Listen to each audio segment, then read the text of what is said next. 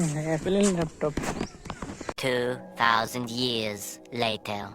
Good morning বন্ধুরা, কেমন আছো সবাই? আশা করছি তোমরা সবাই খুবই ভালো আছো। আমিও কিন্তু বেশ ভালোই আছি। তো আমার নতুন আরও একটি ভিডিওতে তোমাদের সবাইকে জানাই স্বাগত। এখন দেখো রেডি হচ্ছি, সাজুগুজু করছি এখন আর কি। তো যাব কোথায় বলো তো? যাবো আর কি ঘুরতে যাব। তো আগের দিন তো কলকাতায় গেছিলাম ডাক্তার দেখাতে, ভেবেছিলাম যে ঘুরতে যাব, ভেবেই ছিলাম আর কি, আগে থেকে বলেছিলাম যে ঘুরতে যাব, তো নিয়েও যাবে বলেছিল, কিন্তু আমাদের তো যেতে লেট হয়ে গেছিলো, আবার ডাক্তার দেখাতে সেখানে আবার লেট। তো সেই জন্য যদি ঘুরতে যেতাম তাহলে আর কি বাড়িতে আসতে রাত হয়ে যেত, তো সেই জন্য ঘুরতে যেতে পারিনি। তো এখন পরের দিন দেখো রেডি হচ্ছি, যাব আর কি ঘুরতে, মানে আমাদের এখানে কাছেই যাব, বেশি দূরে না। তো আমার বরের তো 1 মাস ডিউটি থাকে, মানে প্রত্যেক মাসের আর কি প্রথমের দিকে 4 দিন ছুটি থাকে, তো আর পুরো সারা মাসটা ছুটি থাকে না, শুধু রবিবারে করে। তো সেই জন্য আর কি যখন ছুটি থাকে তখন আর কি কোথাও ঘুরতে যাওয়ার চেষ্টা করি। তো ওই 4 দিন আর কি এদিক ওদিক করেই আর কি কেটে যায়, ঘুরতে যাওয়া হয় না প্রায় বলতে গেলেই, কেননা মাসের মধ্যে আমাকে দুবার ডাক্তার দেখাতে যেতে হয়। তো যাই হোক, এখন তাড়াতাড়ি করে রেডি হয়ে নিই, তোমাদের সঙ্গে পরে দেখা হচ্ছে। তো আমরা কিন্তু বেরিয়ে পড়েছি, আর দেখো কীরকম মেঘ হয়েছে, চারিদিকে পুরো মেঘ ঢেকে এসেছে, মানে বৃষ্টি আসবে বলেই।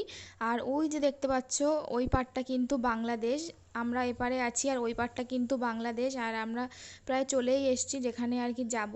আমরা যেখানটা যাচ্ছি ওই জায়গাটার নাম হলো মালদ্বীপ রিসর্ট। তো এখানটায় আর কি মালদ্বীপ রিসর্ট, মানে একটা শুনেই নামটা কেমন লাগছে না? তো চলো, দেখো চলেই এসেছি কিন্তু আমরা। তো এখানটা কীরকম সবটাই তোমাদেরকে দেখাবো।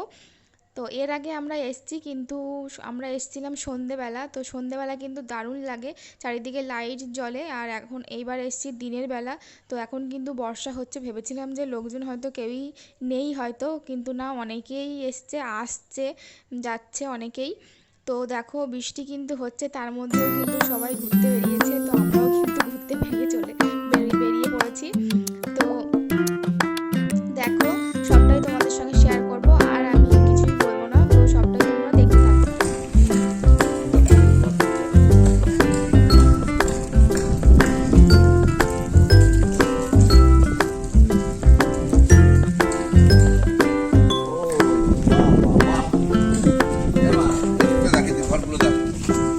পয়সা কি আর আছে?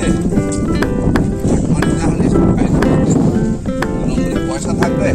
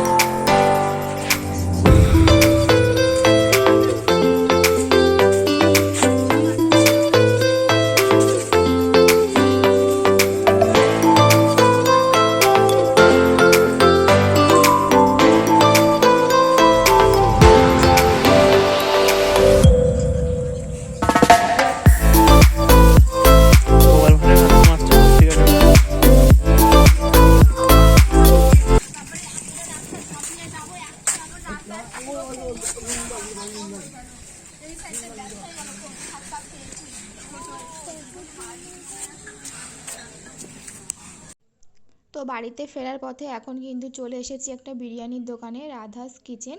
তো এখানে আর কি নিরামিষ বিরিয়ানি পাওয়া যায়। তো এর আগে আমরা একবার খেয়েছি, এখানে বসেই খেয়েছি, তো দারুণ লেগেছিল। তো সেই জন্য আজকে ভাবলাম যে যাওয়ার পথে আবারও আজকে নিয়ে যাই।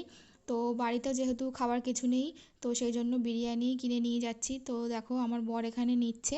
তো এটা আমাদের এখানে নতুন হয়েছে, বেশি দিন হয়নি। আমাদের এখানে হাসনাবাদে বাজারেই রেল গেটের পাশে আর কি। তো তোমরা চাইলে এখানে আসতে পারো, এসে খেয়ে দেখতে পারো, দারুণ বানায়। তো দেখো আমরা কিন্তু বাড়িতে চলে এসেছি, এসেই ফ্রেশ হয়ে খেতে বসে পড়েছি, প্রচণ্ড জোরে খিদে পেয়েছে। আর আমার বর এখানে আর কি প্লেটে করে সার্ভ করছে।